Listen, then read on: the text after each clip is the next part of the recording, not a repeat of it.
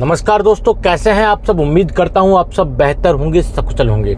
दोस्तों, धोखे से फिल्म बन जाने के बाद लोगों के जहन में तरह तरह के सवाल होते हैं और हम उन्हीं सवालों के जवाब हमारे वीडियोस के माध्यम से उन पीड़ित लोगों तक पहुंचाने का प्रयास करते हैं जिनकी हाल फिलहाल में धोखे से फिल्म बनी हो और वो धोखे से फिल्म बनाने वाले लोगों को पैसा देकर अपनी मेहनत की गाड़ी कमाई व्यर्थ ना करें।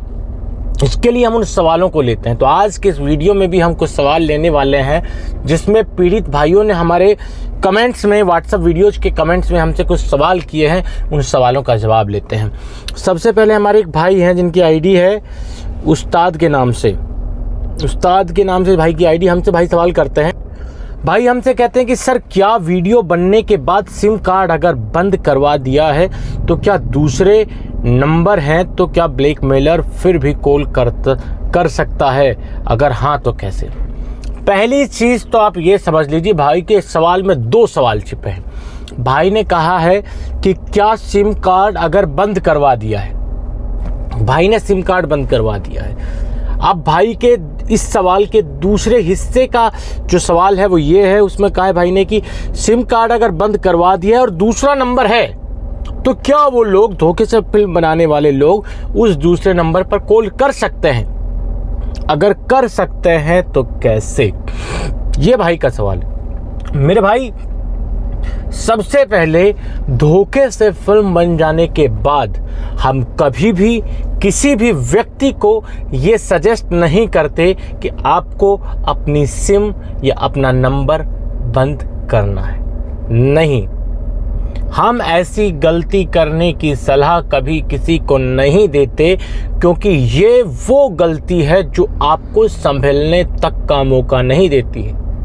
ये वो गलती है कि अगर आपने ये गलती आज के समय कर दी तो आपके पैरों के नीचे की जमीन 1 साल के बाद, 2 साल के बाद या 3 साल के बाद भी खिसक सकती है।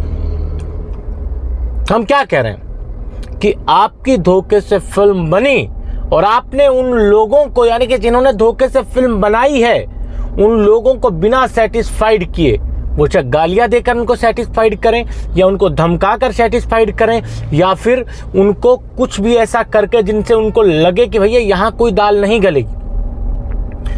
बिना धोखे से फिल्म बनाने वालों के सर्टिफिकेशन के बगैर अगर आप सिम बंद करते हैं और आप फेसबुक से, इंस्टाग्राम से, इस तरह के कंटेंट से फंसे हैं तो आपको खतरे का सामना करना पड़ सकता है। 2 साल, 3 साल, 4 साल के बाद आपकी फिल्म अचानक आपके सामने आ सकती है आपके किसी फ्रेंड्स के माध्यम से। तो पहले तो हम ये कभी भी अलाउ नहीं करते। अलाउ क्या, हम तो अलाउ तो मतलब हम कोई वो थोड़ी है कि आपको बताएं कि अलाउ है कि नहीं। हम ये भी कभी भी सजेस्ट नहीं करते। अलाउ से मतलब ये है कि हम कभी सजेस्ट नहीं करते हैं कि आप अपनी उस सिम को, अपने नंबर को बंद करो। हम हमेशा अपने का जो व्यूअर्स हैं उनको एक बात कहते हैं कि आपकी धोखे से फिल्म बनी, कोई बात नहीं, चिल करो, बाल बांका आपका नहीं होने देंगे, इसकी गारंटी हम। पर आपको वही करना होगा जो हम कहेंगे। तो हम उनसे कभी नहीं कहते कि अपनी सिम बंद रखो और या फिर नंबर बंद करके सिम तोड़ के फेंको। नहीं, आपको नंबर हमेशा चालू रखना है। चालू रखने के बाद जब भी वो फ़ोन करे, फ़ोन उठाना है, उनको रिप्लाई देना है। रिप्लाई में उनको गालियां दे सकते हैं, धमकियां दे सकते हैं, उनके मज़े ले सकते हैं। कुल मिला के उनको एहसास अपने को दिलाना होता है कि बेटा, तुम्हारे जैसे 36 आए 36 गए, हमें घंटा फ़र्क नहीं पड़ता, एक फूटी कोड़ी तुमको नहीं देने वाले। ये चीज़ आप समझ लीजिए। हम ये नहीं कहेंगे कि आप सिम बंद कर लीजिए। और पहला तो ये है कि आप, दूसरा सवाल जो भाई का था वो ये था कि एक सिम बंद करके दूसरा नंबर अगर लेते हैं तो ब्लैकमेलर आपके पास कॉल कर सकता है क्या? मेरे भाई, 99% नहीं कर सकता। अगर आपके दूसरे नंबर का कोई क्लू उनके पास नहीं है, यानी कि कई बार ये होता है कि आपकी कोई बिजनेस है, कुछ भी है, तो उसके एडवर्टाइजमेंट के लिए आपने कोई नंबर, आई कार्ड आपका, जो अपना आई कार्ड का मतलब क्या है कि जो बिजनेस कार्ड है वो कहीं डाला हुआ है, फेसबुक पर डाला हुआ, वहाँ आपके 2 नंबर हैं, तो एक नंबर पे आपने ब्लॉक कर दिया तो दूसरे नंबर पे कॉल कर देंगे। बट 99% नंबर में मामलों में दूसरा नंबर उनके पास नहीं जाता है जब तक आप ना दें। जाने के पीछे का कारण एक दो ये भी हो सकता है कि मान लीजिए आप फेसबुक से फंसे, ठीक है, आपने अपना एक नंबर बंद कर लिया जिस नंबर से वीडियो कॉल पर बात हुई। अब वो लोग आपकी धोखे से बनी हुई फिल्म को आपके किसी फेसबुक फ्रेंड के पास भेज दें और उनसे कहें कि उनकी एक फिल्म आई है, उनके खिलाफ कंप्लेंट फाइल हुई है, उनकी वीडियो को वायरल कर रहे हैं, आप उनसे या तो बात कराइए या फिर उनका कोई अल्टरनेटिव नंबर है तो वो बताइए आपके दोस्त का ये नंबर बंद है, और वो आपके ही किसी फ्रेंड से आपका दूसरा नंबर ले ले, तो वो अपवाद शुरू वाला घटना हो सकती है।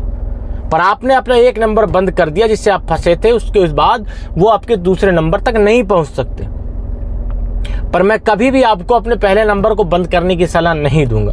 और ये जो मैं बात आपको बता रहा हूं ना कि पहले नंबर को बंद नहीं करना है, आज से 3 साल पहले 4 साल पहले हम यही लोगों को कहते थे कि अगर आप भड़क से खत्म होना चाहते हैं अपना नंबर, उस समय चल जाता था।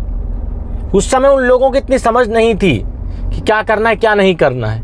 बट आजकल के थोड़े शातिर ज़्यादा हो गए हैं, इसलिए हम सलाह नहीं देते हैं कि आप नंबर बंद कीजिए। पहले हम लोगों से एक सजेशन लोगों को देते थे कि आपको सिर्फ धोखे से फिल्म बनाने वालों से उनका जो कम्युनिकेशन उसमें गैप लेके आना है, आपने उनसे कांटेक्ट नहीं करना है। आप कांटेक्ट उनसे खत्म कर देंगे, आपका मैटर सोल्व हो जाएगा। ये चीज़ें चलती थी दोस्तों 3-4 साल पहले। बट आज की डेट में उन लोगों की नज़र में उनका वो बिजनेस है आपकी धोखे से फिल्म बनाना, तो वो कभी भी ये नहीं चाहेंगे कि उनके धोखे से जिसके ऊपर समय वेस्ट किया उससे वो बात ना हो पाए। अगर आप बात नहीं करेंगे तो आपके फेसबुक फ्रेंड्स तक या फिर इंस्टाग्राम फ्रेंड के माध्यम तक आपकी फिल्म को पहुंचा सकते हैं। इसलिए कभी भी उनको बिना गलियाए, बिना उनको धमकाए, बिना उनको उनके मज़े लिए उनको ना तो ब्लॉक करें ना उनको इग्नोर करें, वरना नुकसान उठाना पड़ सकता है। अब एक और भाई हैं, उनका एक सवाल है। भाई हमसे कहते हैं कि भैया आज मेरे साथ में ऐसा हुआ है, 8,000 मांगा था, धमकी दे रहे हैं, 3 साल जेल हो जाएगी, पर पुलिस घर पर पुलिस आएगी, विक्रम राठौड़ नाम की आईडी है, प्लीज़ बताइए। अब देखिए, सबसे पहली चीज़ तो आप ये समझ लीजिए कि विक्रम राठौड़ नाम का कोई भी प्राणी साइबर क्राइम में ऐसा नहीं है जो किसी के पास फ़ोन करता हूँ।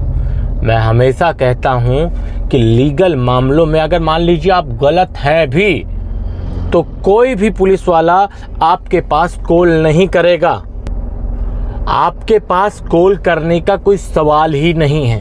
वो चाहे विक्रम राठौड़ हो, चाहे मतलब आपका राम पांडे हो, या विक्रम गोस्वामी हो, या फिर कोई भी हो, आपके पास कोई भी सरकारी कर्मचारी आप वास्तव में आप अगर आपने कोई गलती की है ना तब भी आपके पास नहीं करेंगे, क्योंकि ये कोई लीगल प्रोसेस है ही नहीं। इसके लिए उनको एक लीगल प्रोसेस अपनानी पड़ती है। नोटिस आपको भेजा जाता है, आपको बुलाया जाता है, बातचीत की जाती है। इस तरीके से नहीं है कि वो आपके पास फ़ोन करके आपसे पैसा मांग लेंगे, नहीं। ये सारी चीज़ें, ये सारी बातें आपके जहन में डर पैदा करने के लिए उनकी तरफ से कही जाती है।